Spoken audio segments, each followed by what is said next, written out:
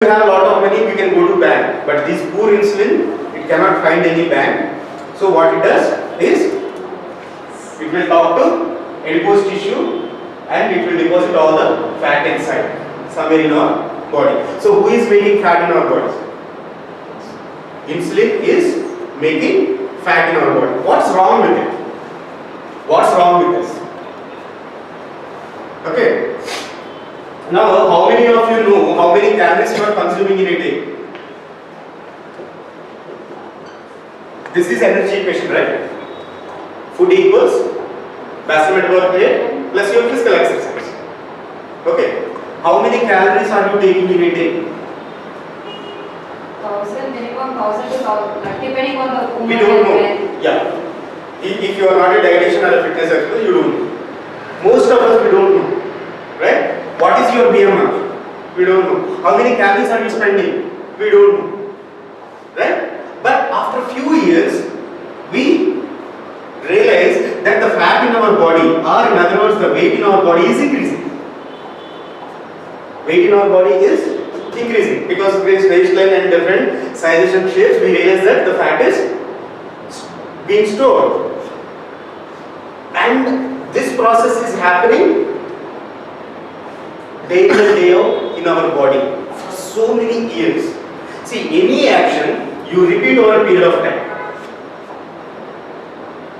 What happens to that? Body gets used to it. Body gets used to it. Body writes a software program for it. Yeah? Your program. See, you learn how to ride a bicycle.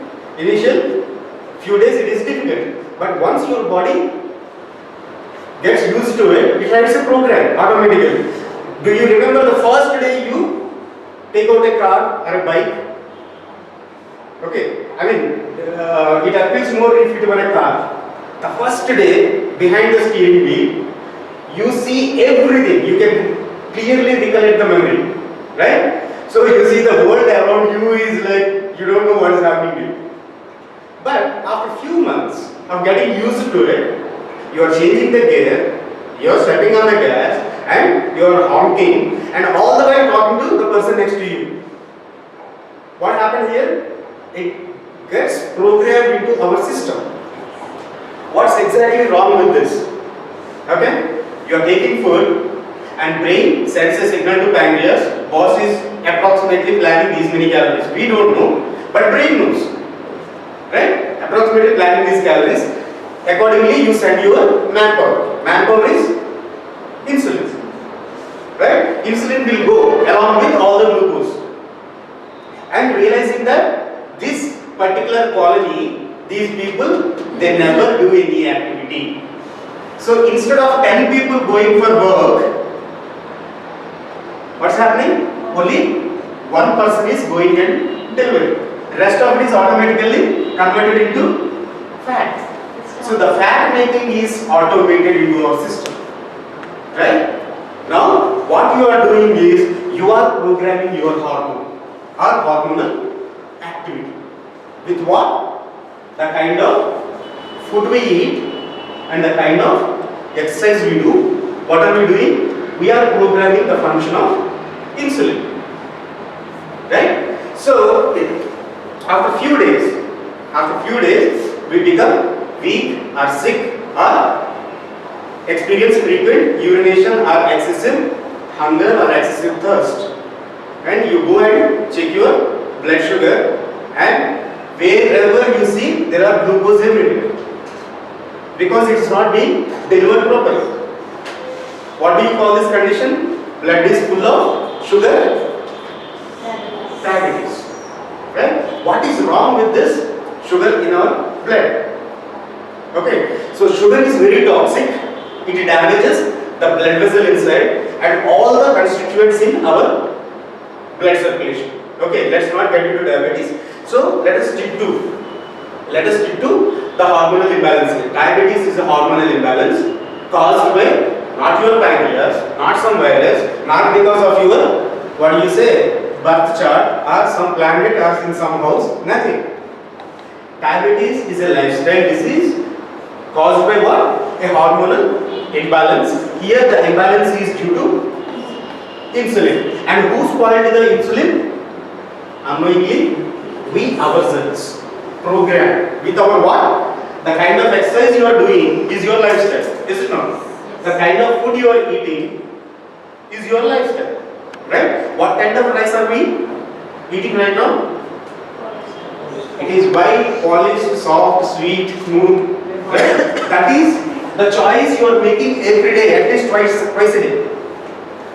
Okay, so now the digestive system, 50 years back, it was producing a strong acid to digest that. But you have been eating polished rice since your childhood.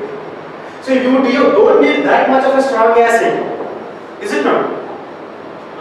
So what are you doing here? You are programming your digestive system. You program your digestive system for so long through some chemical. That message is relayed by some hormone. Okay, so that is the reason why whenever we counsel people, we ask them to take these sprouts or boiled pulses or salads. What is the first thing that the customers complain? Acidity. Indigestion. Because suddenly the digestive system is clueless. What happened to my boss? He was eating all the nice things for so long. Why is he giving a lot of work suddenly? Right? He has become very bad. So we don't know the composition. Right? Maybe to digest this, I need to produce more acid. It forgot everything. We spoiled it. Right? So we should not be doing that. So one of the important hormones that makes in our body are responsible for weight gain in our body is insulin. But that's where most of us think that every hormone is doing a specific function. It is not. Okay. Now, insulin is one which is responsible for making fat. Let's see what else are happening inside. Now, if there are two individuals, happy and sad, happy and depressed, if you give one boiled egg each, who do you think will digest the boiled egg completely, happy or sad? Why happy? A boiled egg is a boiled egg, isn't it? Yes or no? A boiled egg is a boiled egg. It doesn't matter. But we know that a happy person digests it better. Why? Because we are speaking from our experience. Right? You meet friends, you are having a good time, whatever you eat, you feel lighter. You are jumping, running, okay, you are joyful. So you are feeling lighter. But when you are depressed, right, when you are feeling sad, very low, even somebody offers your favorite food, you don't have the heart to eat it. Okay, because that's where the mood hormones, right? Hormones like oxytocin,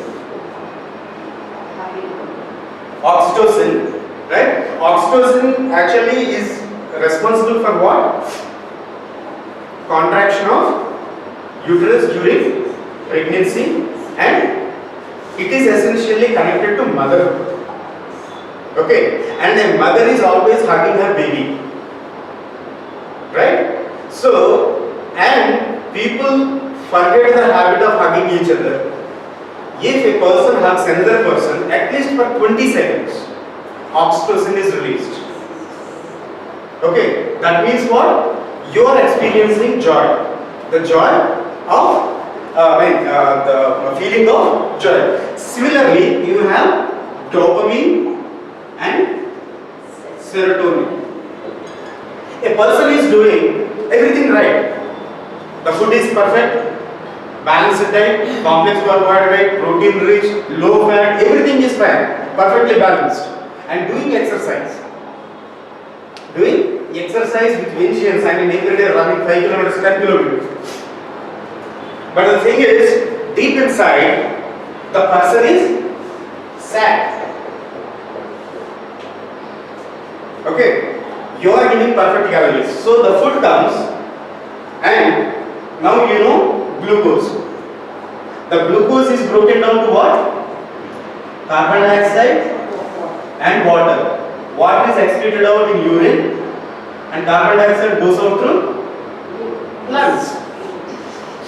And in this process energy is released. Essentially, the cell is preparing, digested, delivered to the cell. The cell is about to prepare its own biryani from this. Okay, but the boss is sad. So, no dopamine, no serotonin, no oxytocin. Right?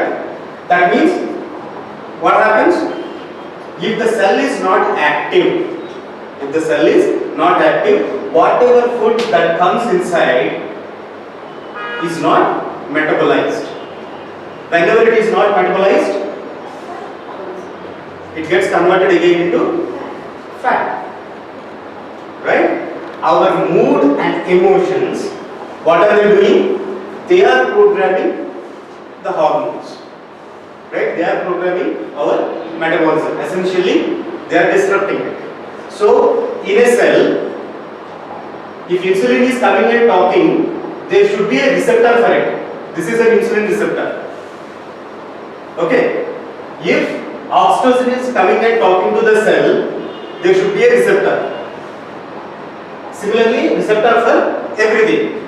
You just cannot say insulin imbalance leading to fat gain. So, there is a play between insulin, oxytocin, dopamine, serotonin. Now, whatever functions that are happening inside, okay, let's say a cell is a small subunit, a small family. If a family were to live, you need electricity in the house. Right? So, let's say there is a huge building, 10-story building. Right? Apartment complex. Out of 10 stories, only 2 floors are occupied. Rest of the 8 are empty, unoccupied. Right? Nobody is there. Now, the maintenance of that apartment, will they switch on the lights in each and every floor every day? Right? Yes or no? No. Only 2 floors are lit up. Because that's where the activity is. Now, to do these metabolic activities, we have a hormone responsible for metabolism. Metabolic activity. What is that? Thyroid hormone. Right? So, the thyroid gland that is there in our neck, what it does? It sends out its lineman. For understanding this, electricity lineman. What he does is, he goes on patrol to each and every corner and sees how many houses the people are living in. So, he will go and switch on the main. Right? Then there is an electricity. Got it? If there are no activity that is happening, why should the body waste the energy? So the thyroxine comes and talks to the cell. That means that the cell is activated. Got it? Okay. Now we haven't used our legs for so long. That means we never ran, we never danced, we never walked. Okay, always sitting in our office. Most of the time it is sedentary. So the thyroxine goes. Okay, food is delivered. I need to switch on all the cells. So it goes and it talks to leg muscles. Boss, are you running? No. And it will ask the insulin and rest of the hormones. What about our boss? No. He's always sitting. I mean, we don't require any food in this area. So the complete colony, what it is saying, I am not doing any metabolic activity. Got it? You are getting the message, right? So everything we do, body is taking a feedback from it with our lifestyle. So the cell essentially is saying not much of metabolism is being done here. So there is no insulin thyroid receptor. That means the thyroxine hormone is not there. So what happens? The net metabolic rate. What happens to the metabolic rate? It comes down. And when your metabolism slows down, that's where the real problem is. That's where the real problem is. So thyroxine is not enough. Not enough means it is not a problem with your thyroid.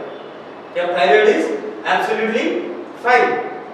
But it goes into the body and sees that the metabolism is relatively less. So the thyroid comes down.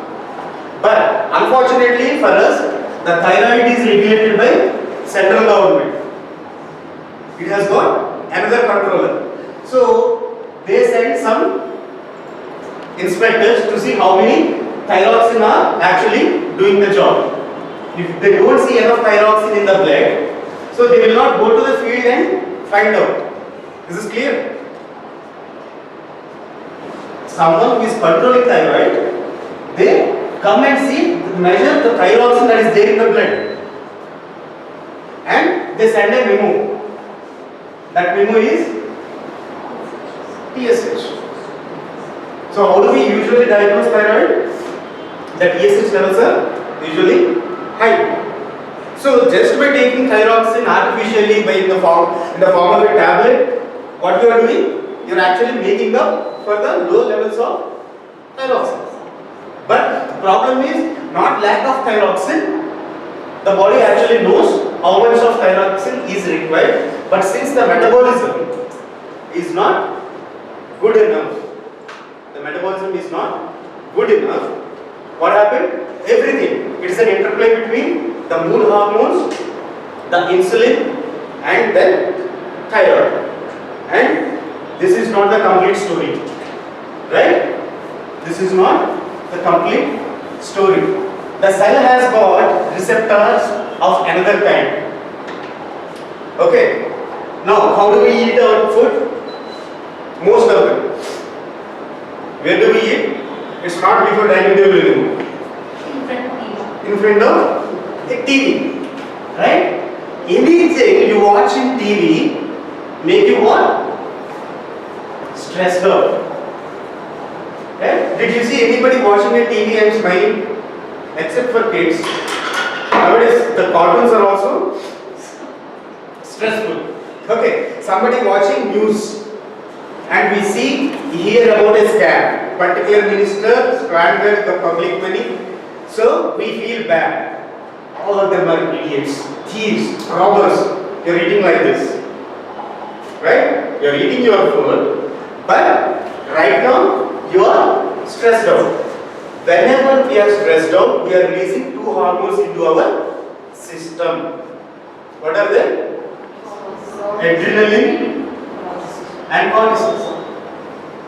Adrenaline and cortisol coming and talking to your cells means only one thing. Boss is in severe danger, emergency. Right? Boss is in severe danger. So all the activities are shut down. I don't know how many of you know this, but if there is a war declared, right? There is a war between two nations. So the government initiates certain measures. One of them being the food is rationed out and the fuel is rationed out. You cannot buy oil, petrol and diesel as if you wish. Because the country is at war, it wants to protect its fuel. Okay, so what it does is like, okay, you can buy only this much of oil. We don't know whether we will get oil from outside or not. And you cannot use up all the food production. We don't know whether we are in a position to produce more or not. Similarly, whenever a person is under stress, what causes the stress? Or what are the symptoms of stress? If somebody is angry, that means what? Right? I am upset, I am angry. Means the adrenaline and cortisol releasing. Yeah, cortisol releasing. Adrenaline and cortisol are released into the system. So the message is conveyed instantly to all 100 trillion cells. Right? Immune system, okay, shut down. Skin, no food, everything is rationed out. Okay, heart, you have to beat faster, so more energy to the heart. Muscles, more energy. Okay, digestive system completely shut down. So there is a war happening, you cannot digest the food. This is not my priority. Okay. See, When that happens, the metabolic activity comes down. Right? So what again it leads to what? Whatever food that is there left unused is gets converted into fat. Okay. On the contrary, if at all by any accident we laugh, right? Which is a rarity nowadays. If at all we laugh, right? Body don't know that it thinks that you are happy. You may not be happy. You laughed at a small joke, but body thinks that it is happy. The boss is happy. Immediately it is conveyed. Right? So, essentially if you take a small blood vessel in our body and take a snapshot of it, okay, forget about fats, the glucose, the proteins, red blood cells and white blood cells. We talk about only chemical hormones. Chemical hormones. Chemical messengers are hormones. The hormones that are there in your internal environment, the sum total of is conveyed to our cell, and this is what regulates. Okay, but the story is not complete yet. Okay, what we discussed? We discussed about the hormone that is coming from the pancreas, that is insulin. We discussed about thyroid, and next what? Hormones responsible for weight gain. We discussed stress hormones. Any other way? Whenever people talk about hormonal imbalance, they talk about only one imbalance, that is hormonal imbalance. Excellent. Right? Whenever people say, I have a hormonal problem, that always means reproductive hormones, especially in women. So, the estrogen and progesterone.